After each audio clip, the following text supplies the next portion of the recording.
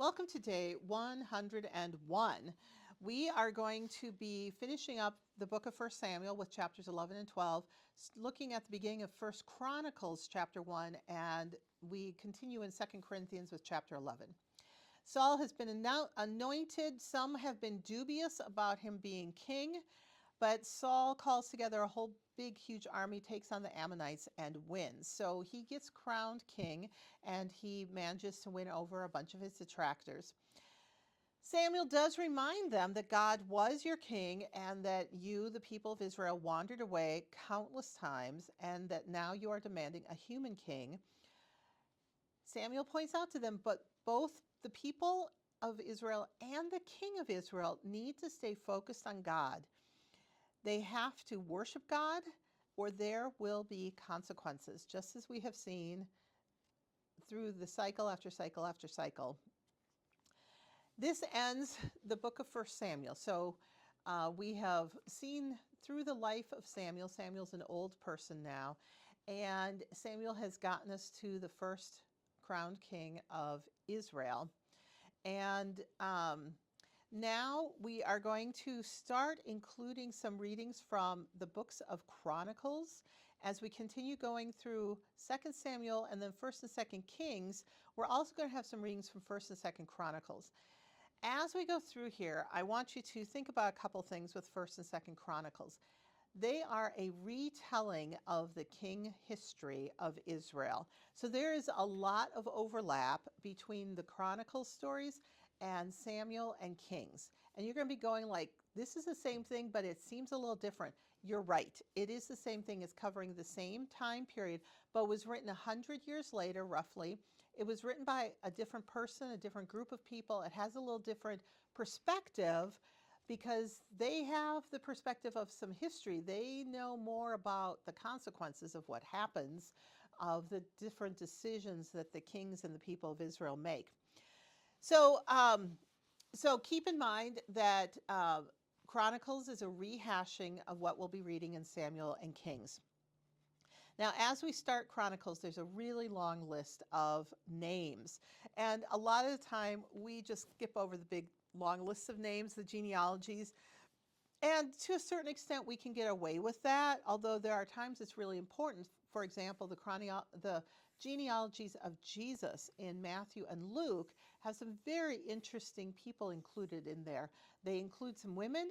They include women who are foreigners who become part of the ancestors. So women like Rahab and Ruth are included there. So it is important sometimes to go through and read the genealogies. But what I want you to know is that for the writers of Chronicles, they're trying to get down a holy history, the history of the relationship between people and God.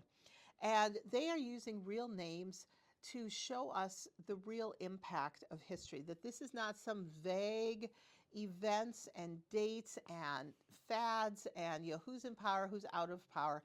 This is tied to real people who are the ancestors of the people of today. As you go through Chronicles, worship is the primary focus of the book. The worship of King David, the priests worship in the temple, the way music is used in worship.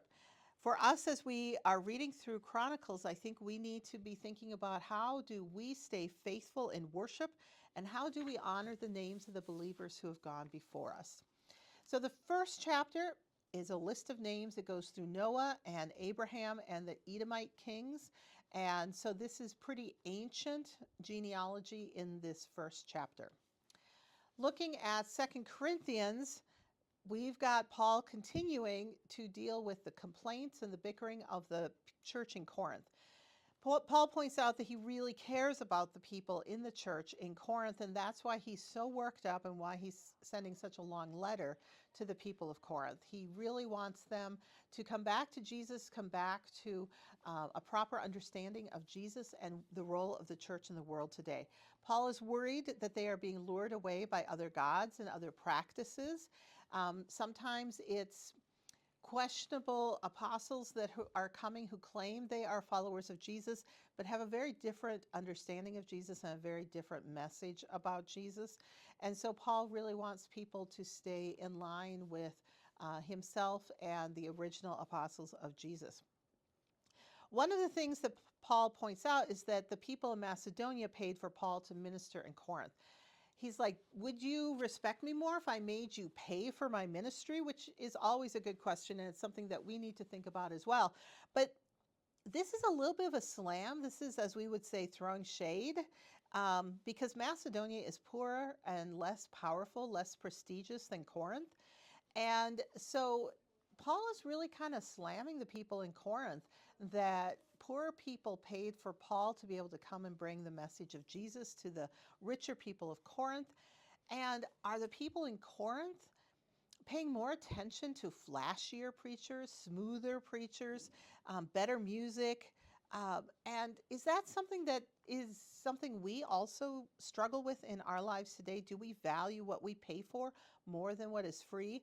Do we value stuff that is more trendy, higher production values? Paul points out he has put his life on the line multiple times to bring Jesus' message to people. Corinth thinks he's too simple, that he's lower in status, and that they don't need to give him as much attention. The list of the times that Paul has been beaten and tortured and imprisoned and nearly killed is quite long and quite impressive here. And I think this is a source of reflection for us today. What risks have we taken to share our faith, to tell others about Jesus? Can we be like Paul?